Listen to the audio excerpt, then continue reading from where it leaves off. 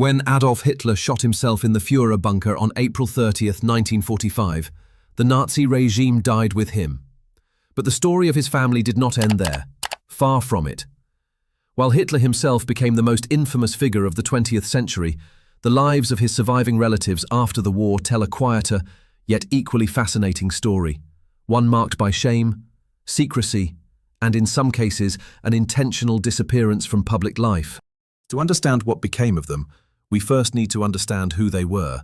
Adolf Hitler was born in 1889 to Alois Hitler and Clara Pölzl.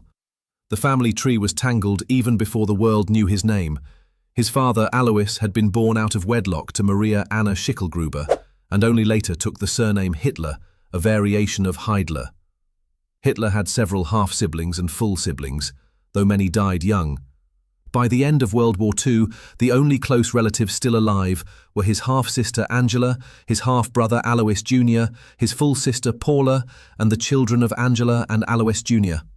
What happened to them after 1945 is a mixture of confirmed history and guarded privacy. Let's start with Paula Hitler, Adolf's youngest sister and the only full sibling to survive the war. Born in 1896, Paula led a quiet, unremarkable life compared to her brother. She worked as a secretary before and during the war, reportedly under the name Paula Wolf, using Hitler's favorite pseudonym Wolf. She rarely saw her brother in person, but she benefited financially from him, receiving an allowance from the Nazi Party during his reign.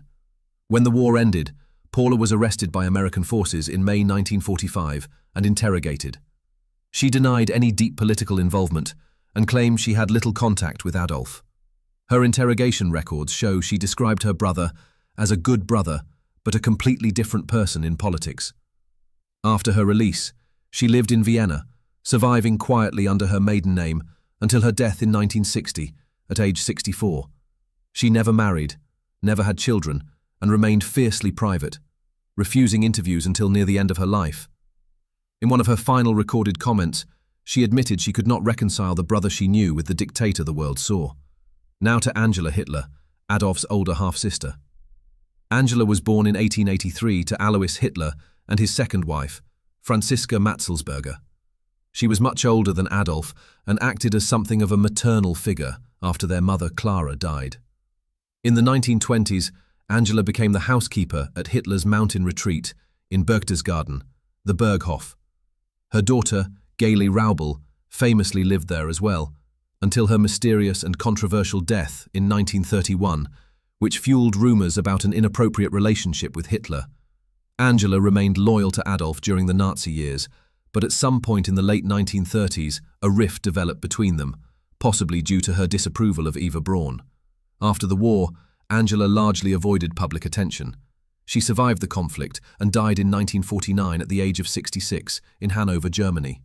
Like Paula, she was never charged with war crimes, but her close association with Adolf meant she spent the last years of her life in quiet obscurity. Angela's surviving children faced an even stranger path. Her son, Leo Roebel Jr., was Hitler's half-nephew. Born in 1906, Leo served as an officer in the Luftwaffe during the war. In 1943, he was captured by Soviet forces during the Battle of Stalingrad.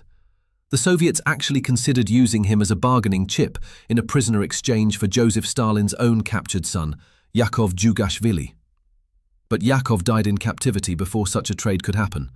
Leo was eventually released in 1955, a full decade after the war, and lived out his life in Austria as a schoolteacher and engineer. He rarely spoke about his infamous uncle and died in 1977. Angela's daughter, Elfriede Raubal, survived the war, married, and lived a relatively quiet life in Germany until her death in 1993. She too avoided public attention and little is known about her opinions on her uncle. Now we move to the other side of the family, Adolf Hitler's half-brother, Alois Hitler Jr. Born in 1882 to Alois Sr. and his first wife, Alois Jr. had a strained relationship with his father and a distant one with Adolf. He lived in Ireland and England for a time, marrying an Irish woman named Bridget Dowling. The couple had a son in 1911, William Patrick Hitler. Alois Jr. eventually abandoned Bridget and returned to Germany, starting another family. By the time the war began, he was living quietly in Hamburg. After Germany's defeat, He was arrested by Allied forces, but like most of Hitler's immediate relatives, he was never charged with crimes. He died in 1956. Now, William Patrick Hitler. Of all Hitler's relatives, William's post-war story is perhaps the most unusual. Born in Liverpool, England, William travelled to Germany in the 1930s to try to leverage his connection to Adolf for a job. For a time, he worked at a bank and in car sales, but he grew dissatisfied. When Hitler refused to give him a better position, William threatened to reveal embarrassing family details to the press. The two fell out bitterly, and William left Germany in 1939, returning to Britain briefly before moving to the United States. In America, William Patrick gave public lectures about his uncle and even wrote a sensational magazine article titled, "Why I Hate My Uncle." When the United States entered the war, William petitioned President Franklin D. Roosevelt for permission to serve in the U.S. Navy, and he got it. He served as a hospital corpsman from 1944 to 1947, earning a Purple Heart. After the war, William Patrick Hitler changed his name to William Patrick Stewart Houston and vanished from public life. He settled in Long Island, New York, married a German-born woman named Phyllis, and had 4 sons. He ran a small medical laboratory and refused all interviews until his death in 1987. What makes William's story especially intriguing is that his sons, Alexander, Louis, Brian, and Howard, reportedly made a pact never to have children, effectively ending Hitler's direct bloodline. While this pact has been the subject of media speculation, the fact remains, none of them have children to this day. Alois Jr.'s second family also produced another half-nephew, Heinz Hitler. Born in 1920, Heinz was a devoted Nazi and served in the Wehrmacht. He was captured by Soviet forces in 1942 and died under interrogation at the age of just 21. His death left no descendants. And then there is the matter of more distant relatives. Some of Hitler's cousins and extended family members emigrated to the United States and Austria, changing their names to avoid recognition. A few spoke openly after the war, but most remained silent, not wanting to be forever associated with the dictator. One particularly interesting figure is Brigitte Dowling Hitler, William Patrick's mother. After her husband Alois Jr. abandoned her, she stayed in England, raising William alone.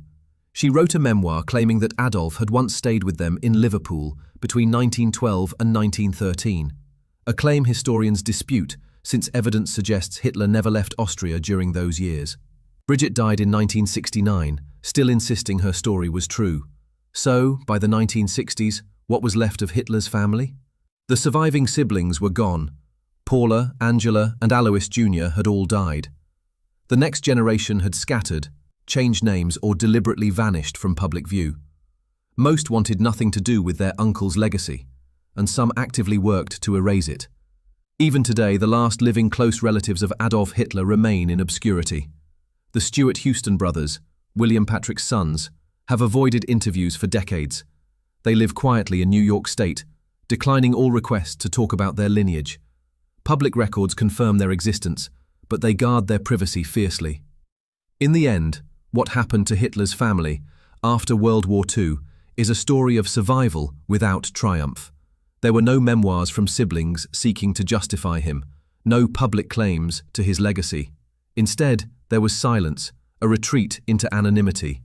It's as though the family collectively understood that the Hitler name could never again be spoken without infamy. The truth is, the bloodline of Adolf Hitler will likely end in the 21st century. If the reports are true, his last close relatives have chosen to let it die. A decision perhaps born from shame, from morality, or from a desire for peace. What's left is not the continuation of a dynasty, but the slow fading of a family into history. And maybe, given what the world endured under the name Hitler, that is exactly how it should end. Well, that's it. If you like these sorts of videos, make sure to subscribe, and if you enjoyed this video, be sure to click the like button.